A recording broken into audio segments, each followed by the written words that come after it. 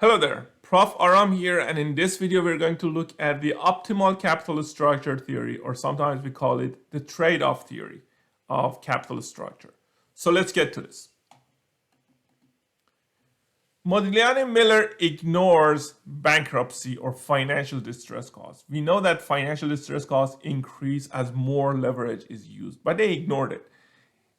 In this theory, we're going to relax that assumption and introduce bankruptcy or financial distress cost.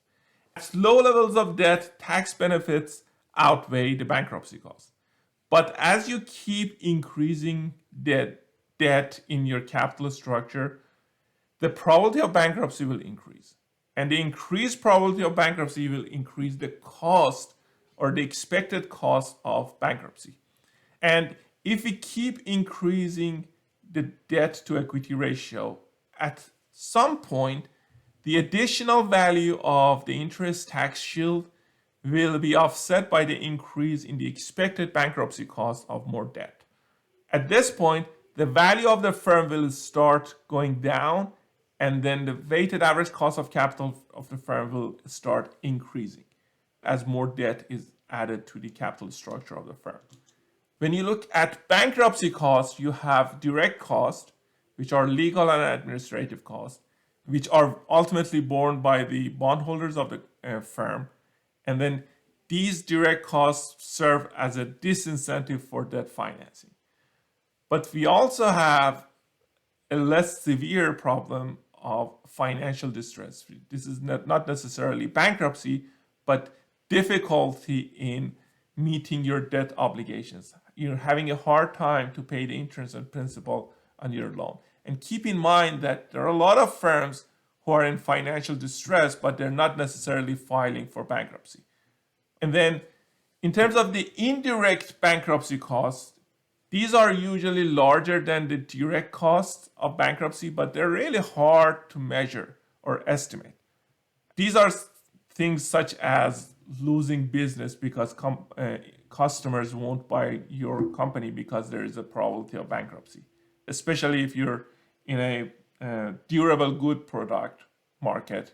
Let's say you're selling airplanes or you're selling ships. If you cannot maintain those airplanes or ships, or if you cannot provide service, let's say you're selling software, if you cannot provide customer service for that software, customers are not going to buy from you anymore.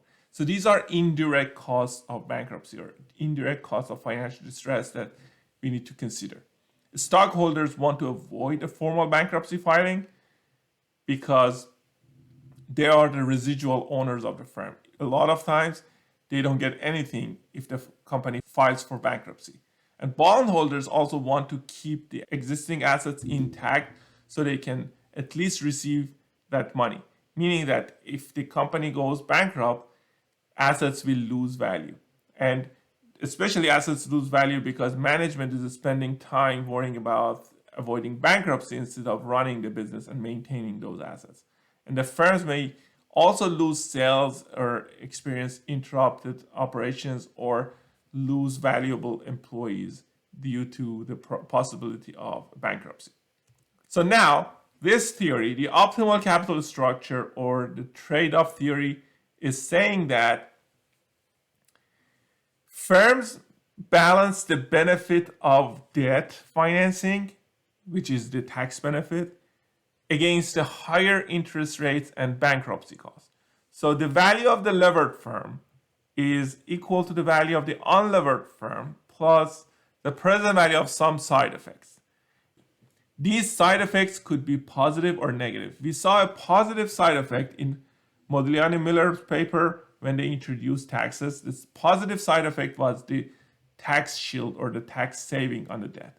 But the negative side effect that the trade-off theory is introducing is the expected cost due to financial distress.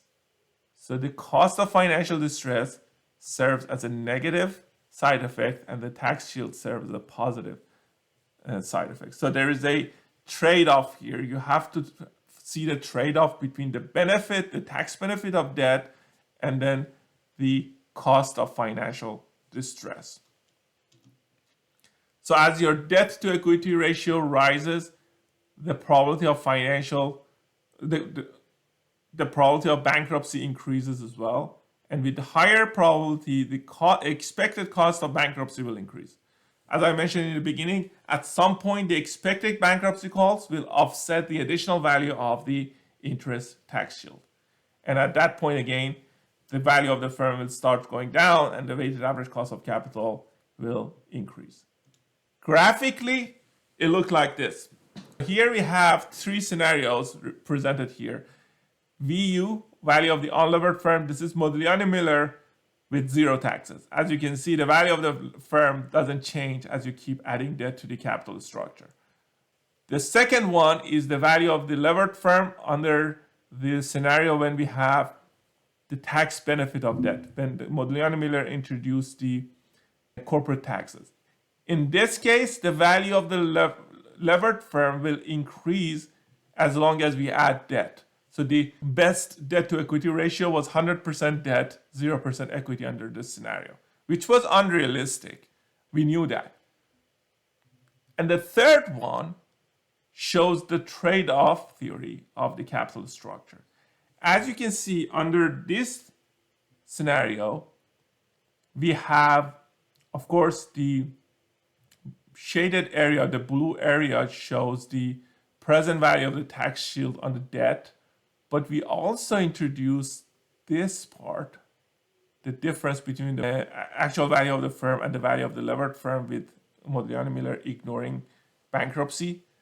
This is the financial distress cost. So what it shows that there is a threshold debt. Up to this point, debt is safe. Bondholders don't really have any issue giving you their money. But as you keep adding debt, even that safe debt becomes risky. Now we are going to introduce the financial distress if you keep adding debt to the value of the firm. But the financial distress that you might have in the beginning is very little. It's nothing to concern here. So a little bit of financial distress is okay, and you can maximize the value of the firm at this D star. So D star shows the optimal level of debt for you. This is the level of debt that maximizes the value of the firm. But if you go beyond that, then this cost of financial distress is adding up and then lowering the value of the firm, basically eroding the tax benefit of debt. The value of the firm will start decreasing as you keep adding more and more debt to your capital structure. And another thing that I want to mention here is that if you recall, in the Modigliani Miller with taxes scenario, the after-tax cost of debt was constant. But we know that in real life, if you keep adding debt to your capital structure, like if you have, for example, 80% debt in your capital structure, this is too much debt. So your bondholders are going to get worried about this amount of debt. So too much debt, probability of financial distress and probability of bankruptcy is really high. So if you want to borrow more money, they're going to charge you higher interest. So as you can see, the cost of borrowing money will increase at the end. As long as it's safe here, the cost of borrowing stays the same. But if you keep adding debt to your capital structure, you see that the bondholders or creditors are going to charge you higher interest on their loans. And this higher cost of borrowing is going to increase the weighted average cost of capital. So again, the second proposition is dealing with the weighted average cost of capital. So you can minimize your weighted average cost of capital at this optimal level of debt and equity ratio. But if you keep adding debt to your capital structure, you'll see a rise in the weighted average cost of capital for the firm. I hope you find this video useful, and thanks for watching.